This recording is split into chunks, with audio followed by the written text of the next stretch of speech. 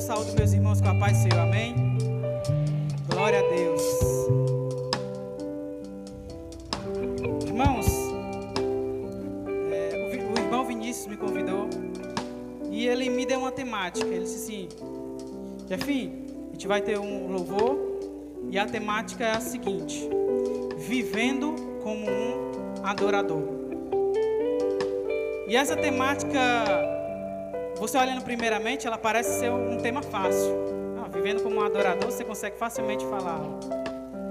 Mas viver como um adorador não é fácil. Porque nós sabemos que viver como um adorador não é apenas algo, uma capa, uma roupa que você veste. É uma forma de viver.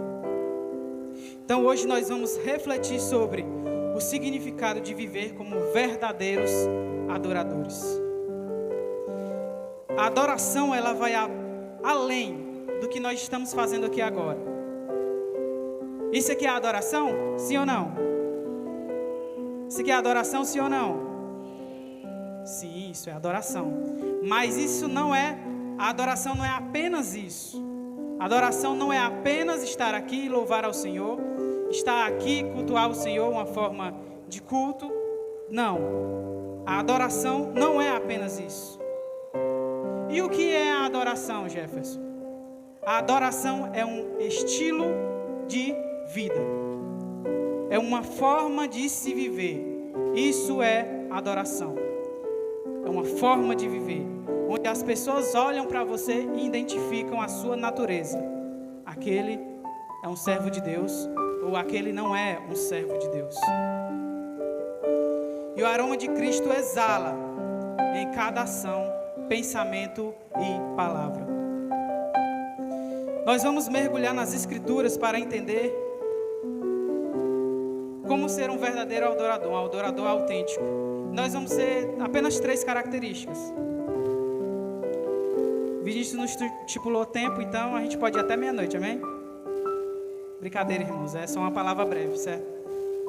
Hoje a gente vai louvar mais do que ouvir a palavra, mas que a palavra toque aos corações de cada um.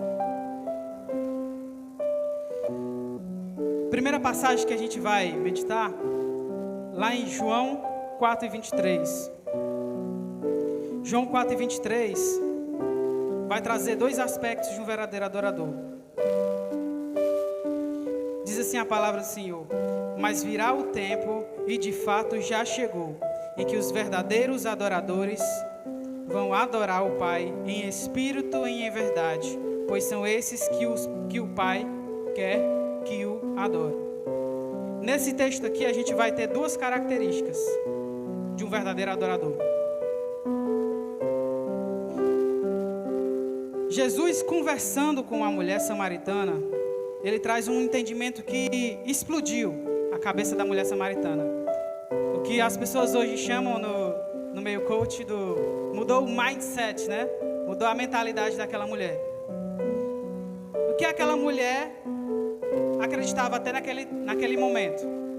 Existia o seguinte entendimento: os samaritanos acreditavam que o lugar para adorar a Deus, o lugar certo para adorar a Deus, era no Monte Gerazim, porque esse monte era importante tanto para os samaritanos, em relação à religião deles e em relação à cultura deles. Então aquele monte era o lugar certo para eles adorarem.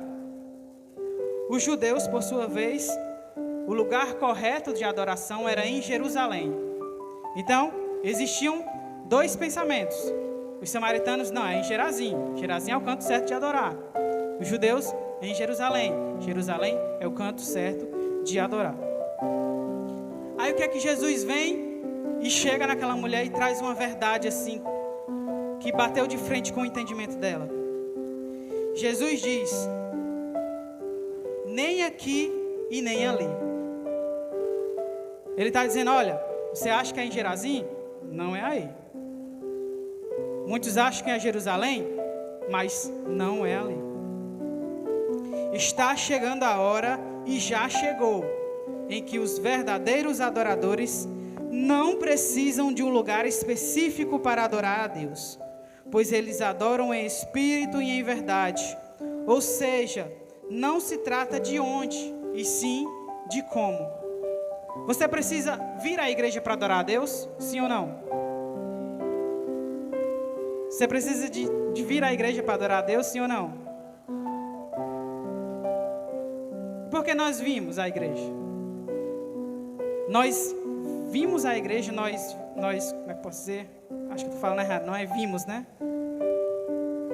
Nós vamos à igreja para se reunir com os santos e aprender mais de Deus e louvar ao Senhor. Mas nós podemos adorar ao Senhor em qualquer momento do dia. Porque a adoração é a nossa vida. A nossa vida deve ser uma adoração 24 horas ao Senhor. Aqui nós conseguimos que a nossa adoração seja conjunta.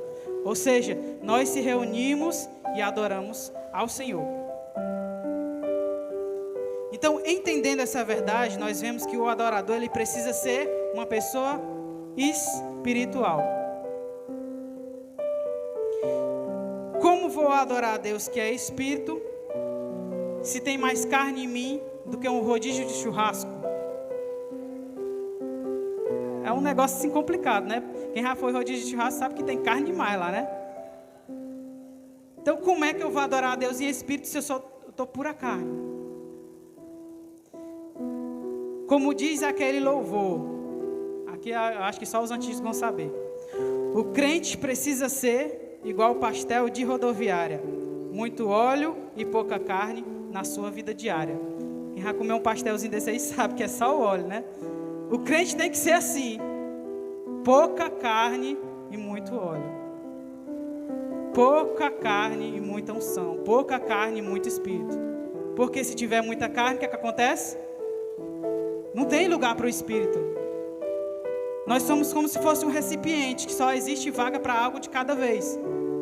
Se nós queremos ser cheios do Espírito Santo, o que é que a gente tem que fazer primeiro? Se esvaziar. Então eu vou, como diz aquele louvor, vou me esvaziar de mim e me encher do teu Santo Espírito.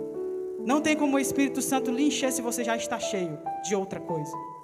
Então precisamos se esvaziar para que o Espírito Santo tome o nosso coração, nos encha e nos transborde. Amém?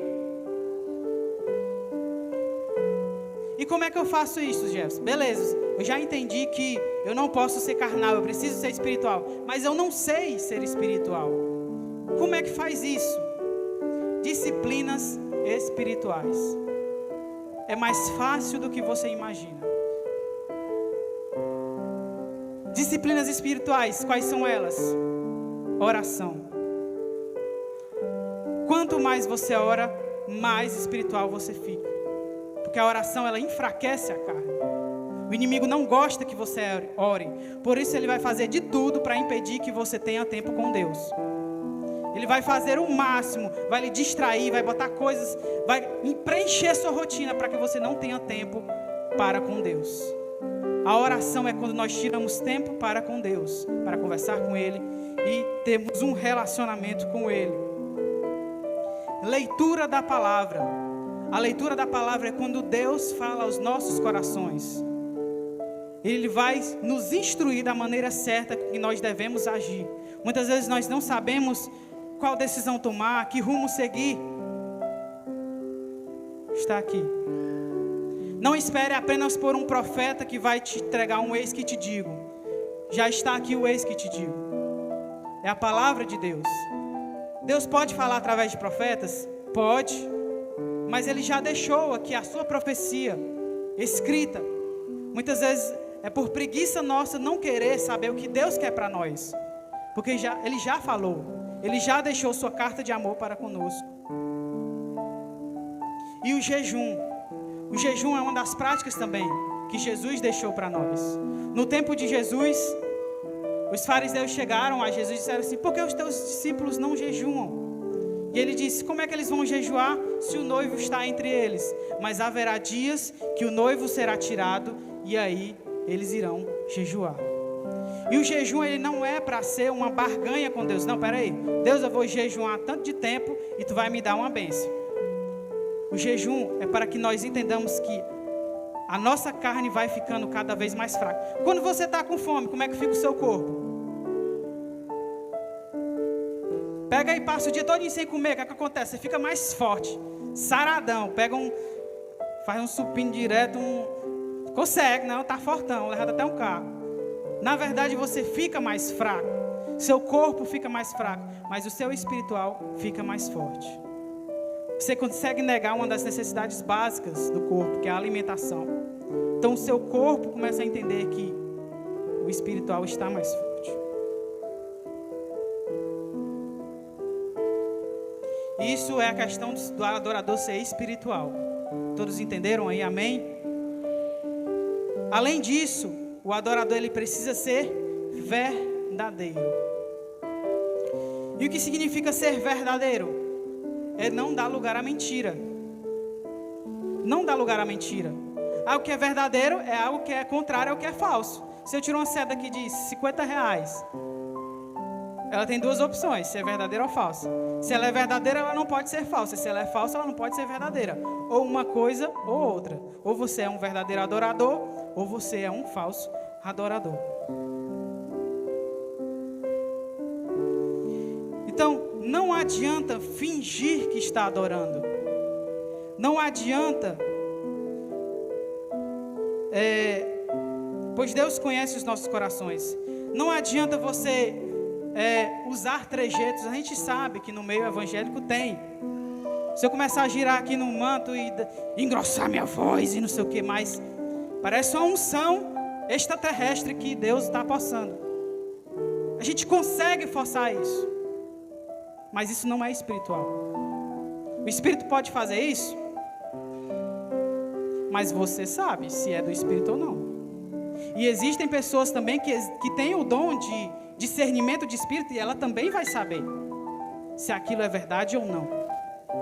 Então não adianta você fazer trejeitos, colocar sotaques e outras coisas mirabolantes, porque Deus conhece seu coração. E a nossa adoração para quem é? É para o nosso irmão que está do lado? Se for, você está indo bem. Se você consegue enganar ele, você está se garantindo.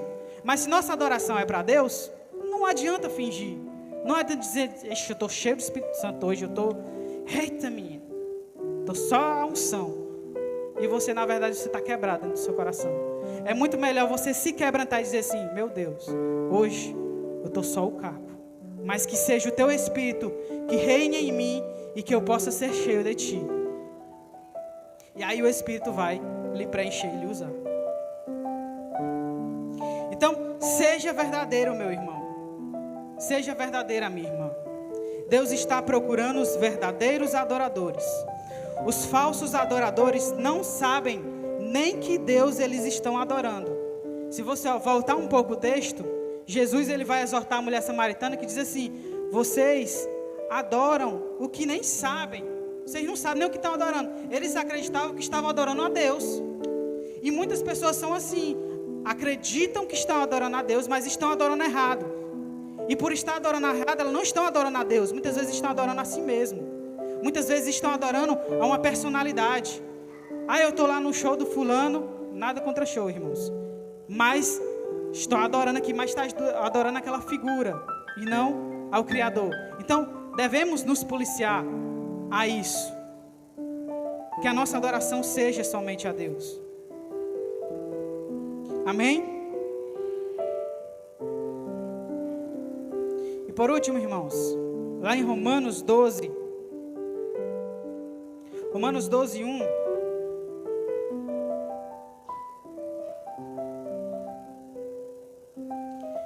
Diz assim: portanto, meus irmãos, por causa da grande misericórdia divina, peço que vocês se ofereçam completamente a Deus, como um sacrifício vivo, dedicado ao serviço e agradável a Ele. Esta é a verdadeira adoração que vocês devem oferecer a Deus. Então, o verdadeiro adorador, ele é racional. O que quer dizer isso? O verdadeiro adorador, ele é lógico. Ele não adora só pelo emocional. O pensamento está envolvido, ele está ali. O adorador verdadeiro, ele entrega a Deus um culto racional. Ele presta serviço a Deus racionalmente. Aí mais uma vez eu pergunto, e como é que eu faço isso? Como é que eu entrego um culto a Deus sem ser meramente emocional e racionalmente, sendo racional? Primeiramente, o próprio texto diz, entendendo que é pela misericórdia de Deus que nós fomos alcançados. Quem é que acredita que merecia ser salvo? Levanta a mão. Amém. Graças a Deus os irmãos estão todos ligados, né? Esperei alguém ainda titubear, levantar a mão, mas os irmãos estão ligados na palavra. Nós não merecemos ser salvos. Nós não merecíamos ser salvos. Ninguém merece ser salvo. Mas pela misericórdia de Deus, pela graça de Deus, que nós fomos salvos, e não por obra, para que ninguém, foi eu que consegui. Eu sou o cara. Se fosse por nós mesmos, nós não conseguiríamos.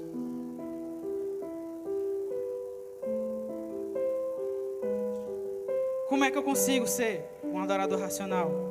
Apresentando o meu corpo como um sacrifício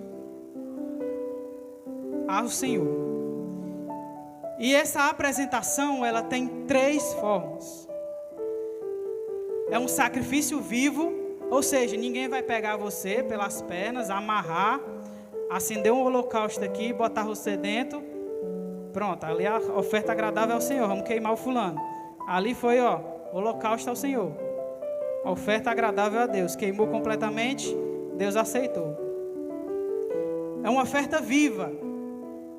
Nós adoramos ao Senhor enquanto nós estamos vivos. Depois de mortos, aí a gente não tem mais essa decisão de sim ou se não. Se nós adoramos em terra, nós vamos continuar adorando lá no céu. Se não, me desculpe, mas nós sabemos o destino, né? Um sacrifício santo. Santo é algo extremamente sagrado, sem defeito. Para quem já leu o livro de Levítico, ali fala muito sobre sacrifícios. O holocausto, uma oferta queimada totalmente ao Senhor. E ali vai descrever como era feito um sacrifício ao Senhor. E um dos requisitos básicos para uma oferta ao Senhor é que ela fosse sem defeito. A oferta para o Senhor não podia ser uma oferta com a perninha quebrada ou com a orelha faltando. Não, a oferta deveria ser uma oferta perfeita. Então, quando você entregar a sua oferta ao Senhor, se entregue por completo. Não entregue somente a sua mente, não entregue somente o seu coração, não entregue somente cômodos da sua vida, não. Essa parte aqui eu entrego ao Senhor, mas isso aqui Ele não mexe não. Isso aqui eu deixo trancado. Não, Ele pode entrar na minha vida, pode entrar na minha casa, eu deixo Ele entrar no meu coração. Mas a minha sala vai continuar bagunçada. Ele não mexe, não. Ele entra no quarto, Ele entra na cozinha. Quando Deus Ele entra no nosso coração para fazer uma faxina, Ele tem que fazer por completo. Entregue a chave e deixe Ele fazer. Se existe uma área na sua vida hoje que você não tem deixado Deus trabalhar, que hoje seja esta noite, que você abra o coração e diga: Senhor, trabalha em mim nessa área. Trabalha nessa área, Senhor. Eu sei que eu estou sendo falho. Eu sei que eu estou sendo com defeito. Mas para mim te oferecer uma oferta que o Senhor aceite, eu tenho que ser sem defeito. Eu tenho que me entregar totalmente. E por último, agradável, ou seja, aceitável ao Senhor. Sabemos que existem 2 tipos de oferta. Para quem volta lá em Gênesis, existem 2 tipos de oferta básica. A oferta de Caim e a oferta de Abel. Vocês sabem qual a diferença da oferta de Caim para a oferta de Abel? Tem muitas pessoas que culpam a Deus. Porque Deus não aceitou a oferta de Caim. Rapaz, foi lá, fez uma oferta ao Senhor. Deus é muito cruel, né? Escolhe alguns e outros não. Que Deus ruim. Mas se você ler a Bíblia, em outras partes, vai explicar a diferença da oferta de Caim para a oferta de Abel. Sabe qual foi a diferença da oferta de Caim para a oferta de Abel? Caim ofereceu algo que ele tinha. Abel ofereceu o melhor que ele tinha. Você consegue ver a diferença?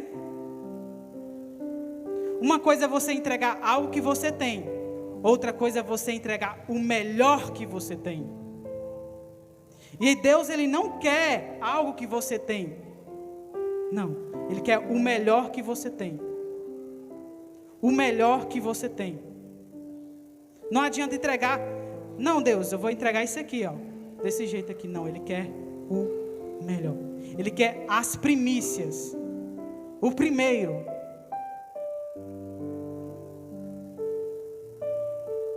E na versão NTLH aqui, ele é bastante interessante porque resume bem essa parte que nós lemos. Esta é a verdadeira adoração que vocês devem oferecer a Deus.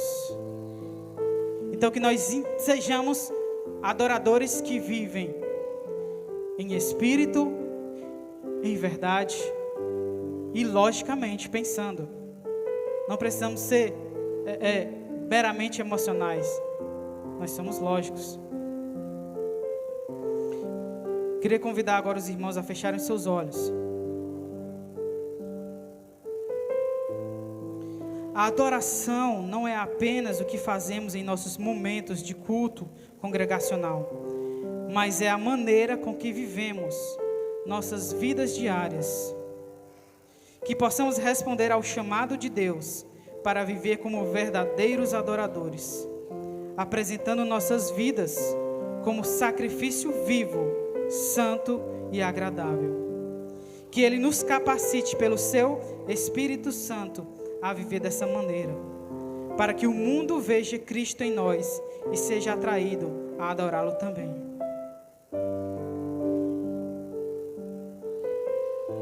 Glória a Deus.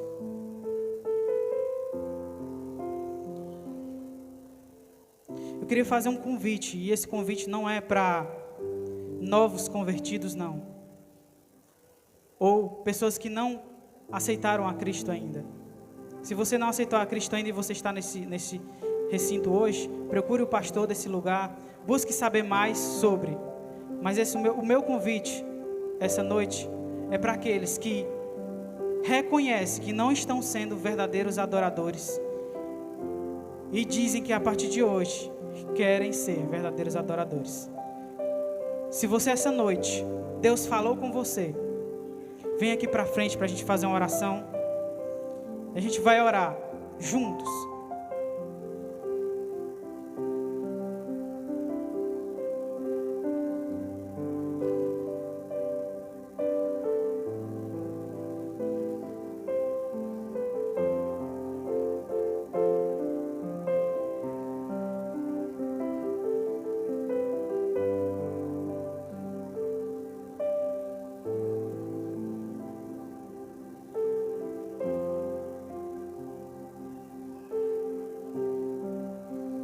Amém, glória a Deus.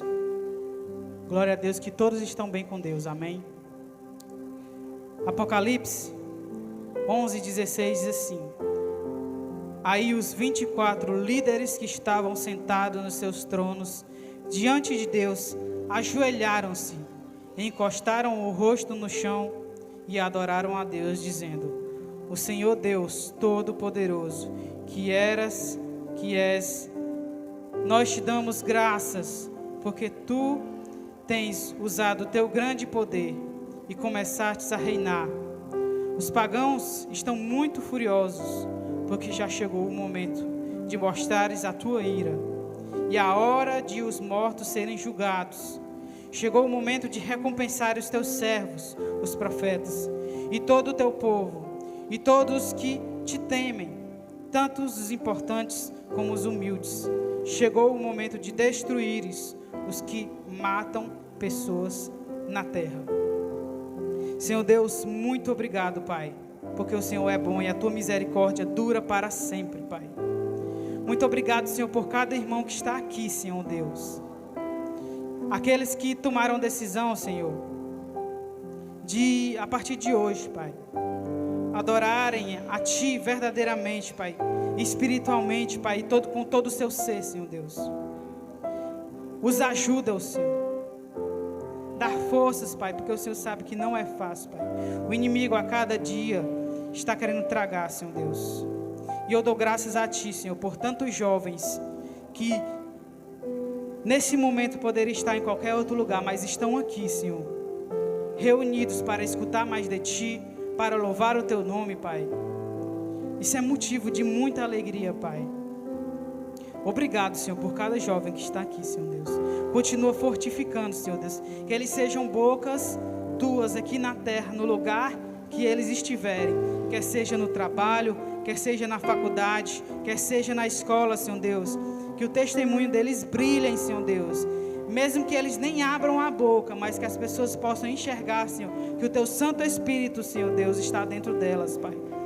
Que cheguem pessoas, Pai, querendo ouvir mais de Ti, Senhor Deus, e que elas possam, Senhor Deus, abrir suas bocas e falar, Senhor, daquele que tem transformado suas vidas, Pai. Pai, muito obrigado, Senhor Deus, por essa oportunidade, Senhor. Que eu creio que não foi o Vinícius que colocou, Senhor Deus, mas o Senhor colocou no coração do Vinícius, Pai. Eu nem imaginava estar aqui hoje, mas o Senhor me chamou, Pai. E o Senhor chamou a cada um que está aqui neste momento. Vocês não estão aqui por acaso. Você poderia estar em qualquer outro lugar esta noite, mas Deus te trouxe aqui porque Ele queria falar contigo. Ele queria falar contigo. Queria falar que você deve entregar completamente sua vida a Ele. Você já tomou uma decisão de aceitá-lo. Agora você deve tomar uma decisão de transformá-lo, Ele, como o Senhor da sua vida. Ele já é o seu Salvador, mas Ele também quer ser o seu Senhor, aquele que governa a sua vida. Obrigado, Senhor Deus. Nos ajuda cada vez mais, Pai, a vencer, Senhor, o pecado, a vencer, Senhor, as paixões, as nossas vontades, Pai. Os desejos que nós temos de errar, Senhor Deus. Que nós possamos, Pai, fugir, Senhor. Assim como José, Senhor, fugiu da mulher de Potifar. Que nós possamos fugir, Senhor, do mal, Senhor Deus. Glória a Ti, Pai. Muito obrigado, Senhor Deus. É isso que eu te oro, Pai, e te agradeço em nome de Jesus Cristo.